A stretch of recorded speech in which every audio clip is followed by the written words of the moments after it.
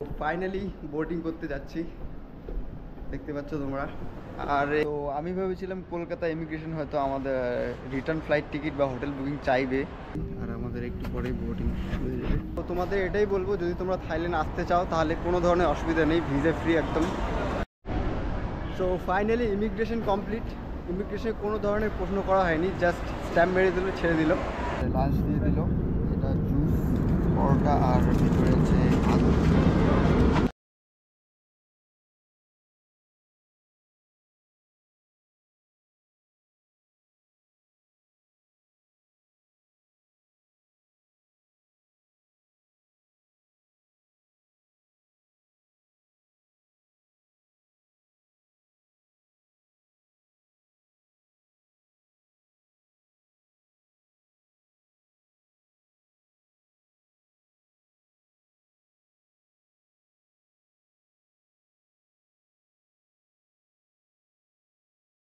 International এয়ারপোর্টে কলকাতাতে।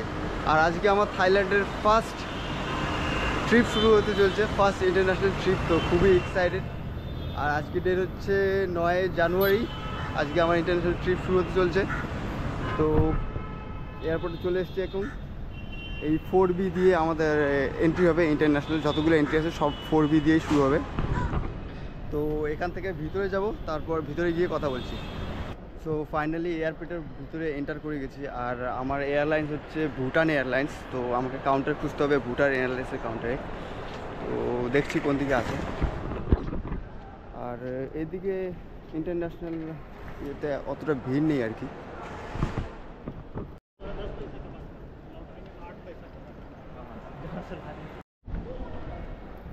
So finally check in হয়ে গেল, বোর্ডিং পাস পেয়ে গেছি। এখন যাব হচ্ছে ইমিগ্রেশনে দেখি কতক্ষণ লাগে। সকাল সকাল তাই অতটা ভিড় টির কিছু নেই, তো দেখছি কতক্ষণ লাগে।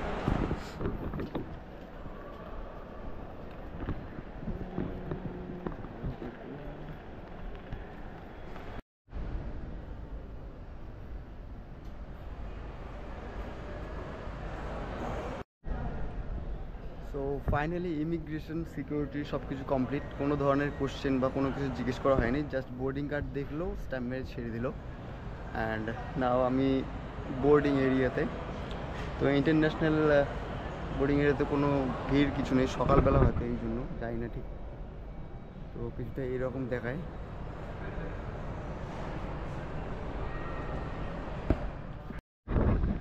তো আমার সঙ্গে একজন দাদা বা বন্ধু বলতে পারো তোমরা, একটু সামনেই দাঁড়িয়ে আছে। এনারও এবার ফার্স্ট টাইম ব্যাংকক যাচ্ছে। তো এখানে অনেকেই আছে ফার্স্ট টাইম ব্যাংকক যাচ্ছে আমার মতো। তো দেখে আলাপ করে খুব ভালো লাগলো।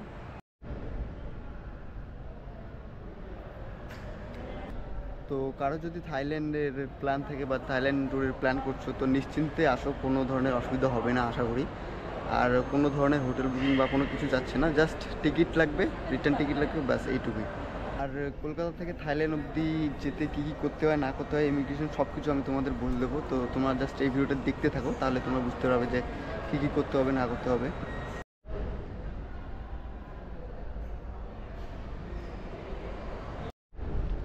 তো এখন বাজে মোটামুটি 10টা, আর আমার ফ্লাইট হচ্ছে 11টা 55-এ। তো 2 ঘন্টা ওয়েট করতে হবে। তো এরই ফাঁকে আমি তোমাদের একটু আমাদের ইন্টারন্যাশনাল এরিয়াটা দেখিয়ে দিই।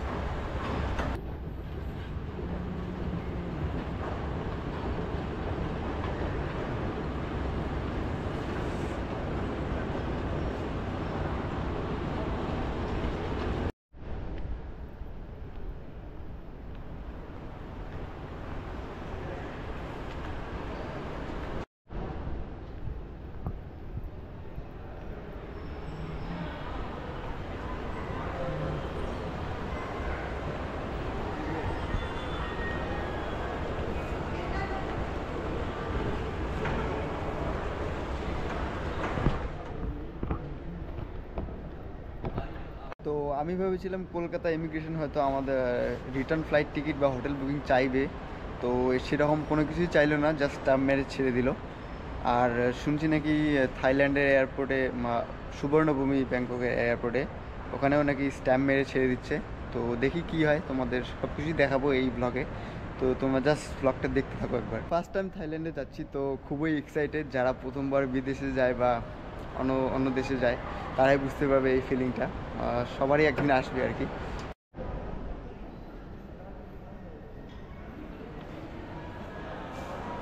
আর তোমাদের বলে দিই যে যদি তোমরা কেউ সিম কার্ড নিতে চাও তাহলে তোমরা কলকাতা এয়ারপোর্ট থেকেও সিম কার্ড নিতে পারবে, আর তাহলে ওখানে ল্যান্ড করে নিয়ে নিতে পারবে।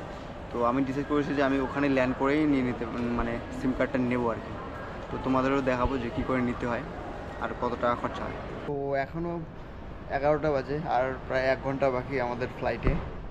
বোর্ডিং একটু হয়তো আধা ঘন্টা 20 মিনিট আগেই শুরু হয়ে যাবে বোর্ডিং। তো আর প্রায় 1 ঘন্টা পরেই আমাদের ব্যাংকক বা থাইল্যান্ডের সিরিজ শুরুতে চলছে।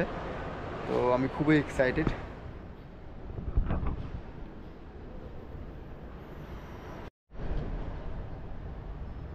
অ্যান্ড এটা হচ্ছে আমার বোর্ডিং কার্ড, আর আমার সিট নাম্বার হচ্ছে 23A।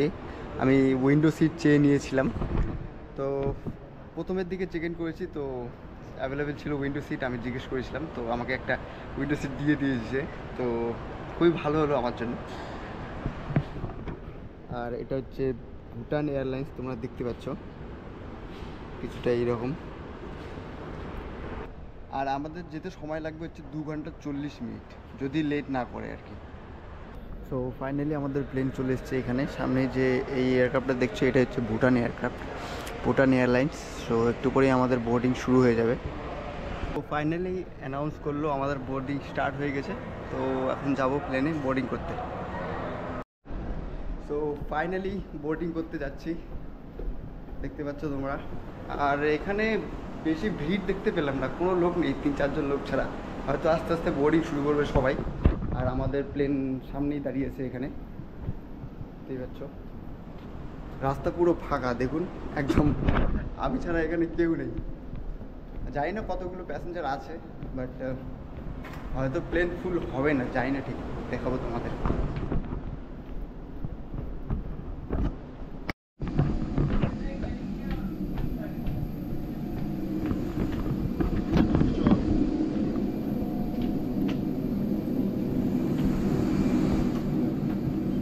রাজীব বর্মন, কোথায় বাড়ি? Thank you madam. বর্মনের বাড়ি কোথায়? কোচবিহারে।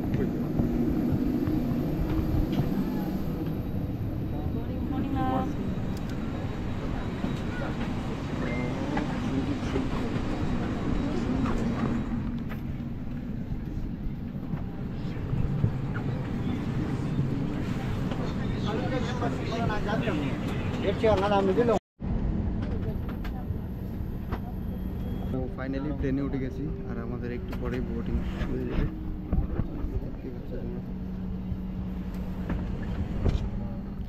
তো এই প্লেনটা অ্যাকচুয়ালি ভুটান থেকে আসলো এখানে লে ওভার দিতে। অলরেডি প্যাসেঞ্জার ছিল ভুটানে অনেক।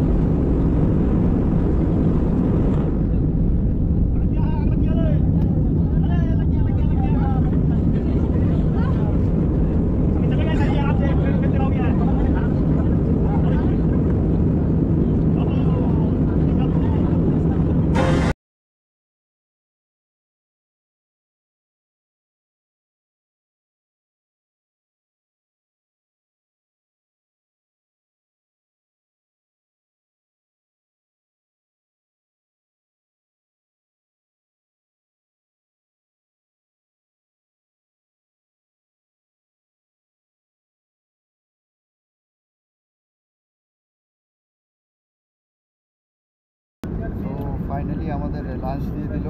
এটা জুস, পরোটা, আর ভিতরে হচ্ছে ভাত, দেখতেই পাচ্ছ। এটা হচ্ছে আমাদের আজকে লাঞ্চ। যদি তোমরা ড্রিঙ্ক করতে চাও তো অ্যালকোহলও অ্যাভেলেবেল আছে, বাট আমি জুস চুজ করেছি।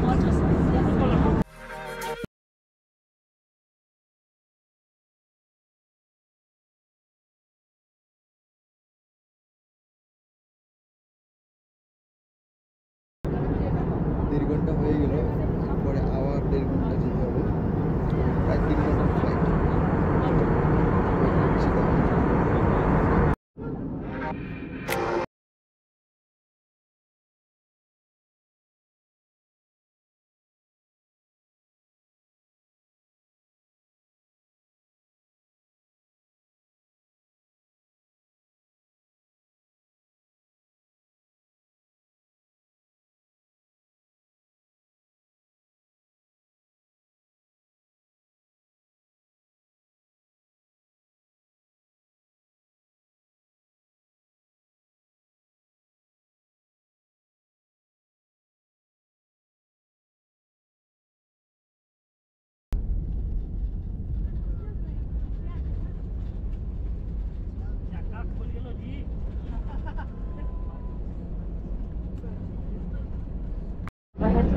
items or hand luggage may have shifted around during the flight.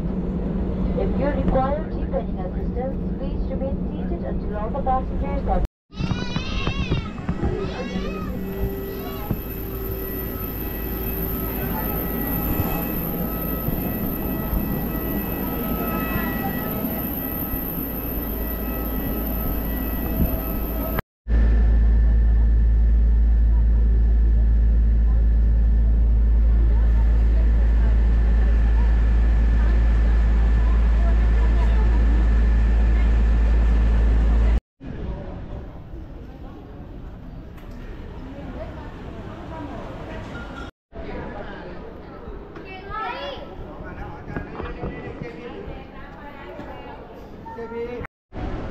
So finally immigration complete. ইমিগ্রেশনে কোনো ধরনের প্রশ্ন করা হয়নি, জাস্ট স্ট্যাম্প মেরে দিল, ছেড়ে দিল, কোনো কিচ্ছু লাগেনি এখানে ইমিগ্রেশনে। এখন যাচ্ছে হচ্ছে ব্যাগেজ কালেক্ট করতে। আমার ব্যাগেজ হচ্ছে বেল্ট নাম্বার 5-এ। তো এরকম দেখায় কিছুটা।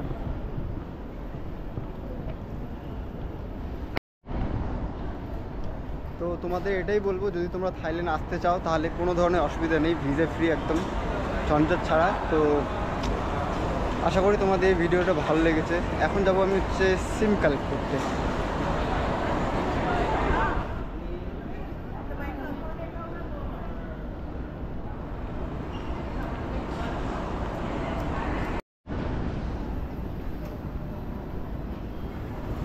ব্যাগেজ কালেক্ট করার পরেই তোমরা এদিকে চারিদিকে স্টলগুলো দেখতে পারবে। এদিকে অনেক সিম কার্ড নেওয়ার জন্য স্টল আছে, অনেক দোকান আছে বাইরে।